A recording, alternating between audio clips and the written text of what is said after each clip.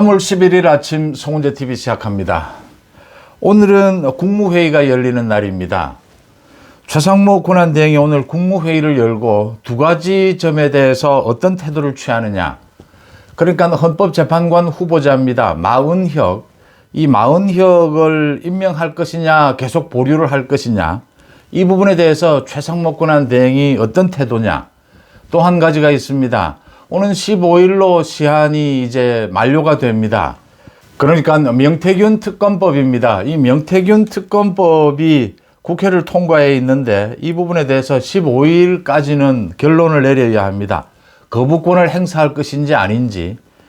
최상목 권한대행에 대해서 어제도 민주당이 계속해서 탄핵으로 압박을 하고 있습니다. 최상목도 탄핵하겠다. 심우정 검찰총장과 함께 최상목도 탄핵하겠다 이렇게 압박을 하고 있습니다. 오늘 국무회의에 관심이 집중되는 까닭입니다. 현재까지는 최상목 권한대행은 마은혁에 대해서는 임명을 좀 더 보류하겠다. 좀 더 검토하겠답니다. 그 다음 이 명태균 특검법은 거부하는 것이 맞지 않겠느냐. 이건 위헌 요소가 너무나 많다라는 입장입니다. 오늘 국무회의에서 어떤 결론이 날지 다시 한번 지켜볼 일이고요. 현재까지는 그런 입장이다라는 것입니다. 그 다음 일부 언론에서 어제부터 이제 나오기 시작한 논란이 일고 있습니다. 그러니까 변론을 재개해야 하느냐. 윤 대통령에 대한 이 탄핵 재판에서 윤 대통령이 석방이 되었습니다. 공수처의 수사가 불법이다라는 것이 드러났습니다. 거기에다가 곽종근의 녹취록까지 공개가 됐습니다. 최근에. 이런 것을 두고 이런 변화가 생긴 만큼 헌법재판소가 변론을 재개해야 하지 않겠느냐. 지금 이대로 변론을 끝내고 이제 끝냈습니다. 선고를 할 수 있겠느냐. 이게 지금 어제부터 논란이 되고 있습니다. 그러니까 윤 대통령 변호인 측에서 변론 재개 신청은 하지 않겠다. 신청을 하지 않는 것이냐 정말 하는 것이냐. 일단은 하지 않겠다 이렇게 밝힌 것을 두고 이 일부 언론에서 여러 가지 보도가 나오고 있습니다. 이 부분도 결론은 정할 수는 없습니다. 일단은 변론 재개 신청은 하지 않는답니다. 그런데 오늘 국무회의 결과에 따라 달라질 수도 있고 변할 수도 있습니다. 이게 굉장히 좀 복잡합니다. 그러니까 이 재판이라고 하는 것이 현재 이 재판이 어떻게 진행이 되고 있느냐. 구체적으로 헌법재판관들 8명이 이 재판관 8명이 윤 대통령에 대한 탄핵에 대해서 어떤 입장이냐라는 걸 파악해야 합니다. 일일이 물어볼 수 없습니다. 판사나 재판관들에 대해서 판결을 어떻게 내릴지 묻는 것은 말이 되지를 않습니다. 묻는 사람도 바보고 거기에 대해서 답도 물론 해주지 않습니다. 이제 여러 가지 정황, 그 재판관의 태도, 판사들의 입장 이런 것을 보면서 짐작하고 추측할 수 있을 뿐입니다. 결과를 어떻게 예측하느냐, 현재 판세가 어떻게 되고 있느냐라는 분석을 정확하게 해야 재판 전략을 세울 수가 있습니다. 재판 전략은 시시각각 바뀌는 것입니다. 그래서 확정적인 것은 없습니다. 현재 이 시점에서 어떤 결정을 한다라는 것이지 얼마든지 바뀔 수가 있습니다. 이 부분 또 여기에는 한덕수 국무총리에 대한 탄핵 선고가 언제 내려지느냐라는 변수도 도사리고 있습니다. 먼저 말씀드린 대로 최상목 권한대행 현재까지는 이 마은혁은 절대 임명 보류다라는 것입니다. 마은혁은 이 임명이 되면 곧바로 문영배 편에 설 이 좌파 재판관입니다. 그래서 일단은 임명을 보류한다라는 입장이고 명태균 특검법에 대해서도 거부권을 행사해야 되지 않겠느냐라는 것입니다. 오늘 국무회의를 열어서 지난주에 이어서 또 국무위원들의 의견을 들어볼 수도 있습니다. 그런데 지난주처럼 많은 국무위원들도 이 마은혁 임명은 일단은 보류하는 것이 맞지 않겠느냐. 역시 엮어져 있는 것이 헌법재판소의 권한쟁의 심판이 인용됐다 하더라도 이 한덕수에 대한 탄핵 선고가 내려지는 것을 보면서 마은혁은 임명하는 것이 맞다. 그래서 보류 쪽으로 의견이 몰리게 될 것이다. 오늘 아니면 내일 한덕수에 대해서 선고를 먼저 하는 것이 순서입니다. 이 탄핵 심리도 일찍 끝이 났고 또 일의 내용상 윤 대통령에 대한 탄핵 선고가 있게 되면 어떤 변화가 있게 될지 그 부분과 관련해서라도 한덕수에 대한 탄핵 선고는 먼저 내리는 것이 맞습니다.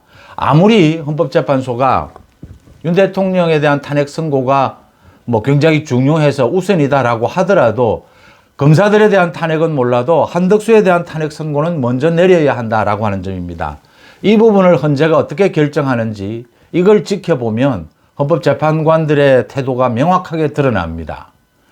한덕수 탄핵에 대해서 이건 거의 각하인데 절차상 문제가 있어서 무효인데, 이 각하는 절차상 문제가 있어서 무효입니다. 기각은 내용에 있어서 문제가 있어서 이제 탄핵을 기각하는 것입니다. 한덕수 국무총리 탄핵에 대해서는 각하하는 것이 맞는데 어떤 결정을 내리느냐라는 걸 지켜보는 것이 가장 큰 변수입니다. 그 다음 최상목이 이 부분과 관련해서 마은혁 임명 어떻게 생각하고 있는가라는 건 말씀을 드렸고요. 이제 최종적으로 윤 대통령이 이 탄핵 심리를 재개해 달라라는 요청을 할 것이냐 하지 않을 것이냐, 이건 지금 윤 대통령 측이 탄핵 심리가 어떻게 진행되고 있다, 유리하냐 불리하냐, 어떤 판단을 하고 있느냐에 따라서도 달라지게 됩니다. 물론 이 탄핵 심리 재개를, 변론 재개를 신청을 해도 헌법재판소에서 받아들이지 않을 수도 있습니다. 이 부분은 일단은 윤 대통령 변호인 측에서는 윤 대통령도 동의를 했다라고 합니다.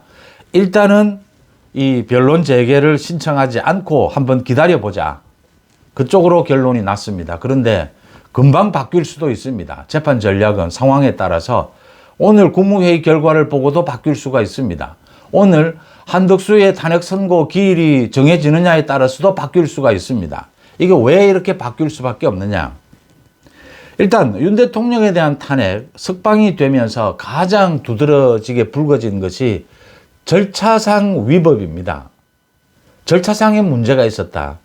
윤 대통령에 대한 구속도 절차상 문제가 있었다. 지금 헌법재판소의 심리도 문영배를 비롯해서 이 재판장이라고 하는 문영배가 굉장히 불공정하게 진행을 했다. 내란죄를 이 탄핵 사유에서 빼버린 것은 명백한 절차상 하자다. 그래서 절차상의 하자가 있으면 무효입니다. 각하입니다. 각하 쪽으로 지금 무게가 실리고 있습니다. 각하 쪽으로 또 윤 대통령 측은 밀어붙이고 있습니다. 각하를 주장하는 많은 교수들의 의견서도 어제 제출을 했습니다. 이 전략이 맞아 보입니다. 현재 5대3으로 헌법재판관들이 나뉘어 있는 것은 사실입니다. 문제는 이 정영식 주심을 비롯해서 합리적인 이 재판관들을 마지막까지 지켜낼 수 있느냐. 많은 변화가 있는데 마지막까지 지켜낼 수 있느냐. 지금은 각하를 주장하고 각하로 일단 예상을 하고 5대3이기 때문에 지켜낼 수 있다면 각하도 가능합니다. 물론 여기에 마은혁이 임명이 만약 된다면 6대3으로 바뀌게 됩니다.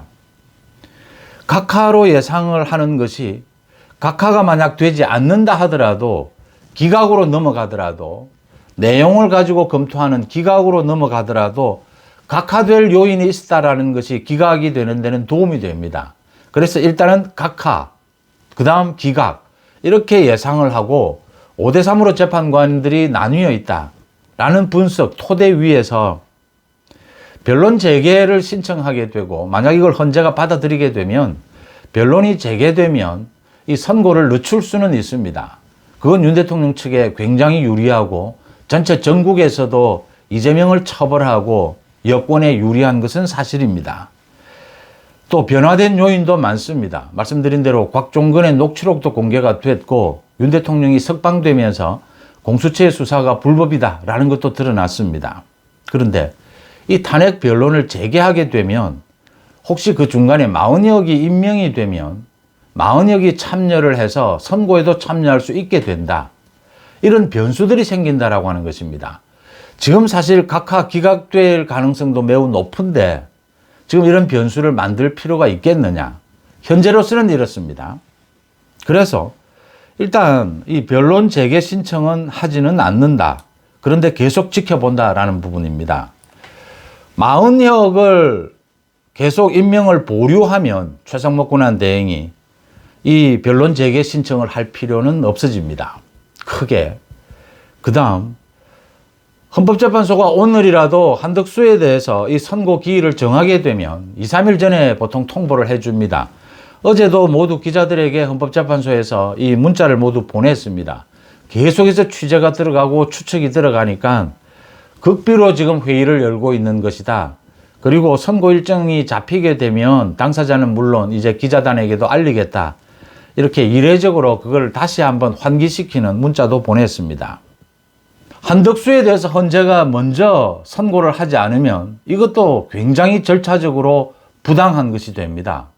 한덕수에 대한 탄핵 심리는 들여다볼 것도 없이 내용이 워낙 간단합니다. 또 윤 대통령에 대한 선고를 앞두고 권한대행을 맡을지도 모르는 국무총리에 대해서 이 탄핵 부분을 먼저 정리하는 것이 순서입니다. 이걸 지금 헌법재판소가 어기고 계속 버티고 있습니다. 시간을 지연시키고 있습니다.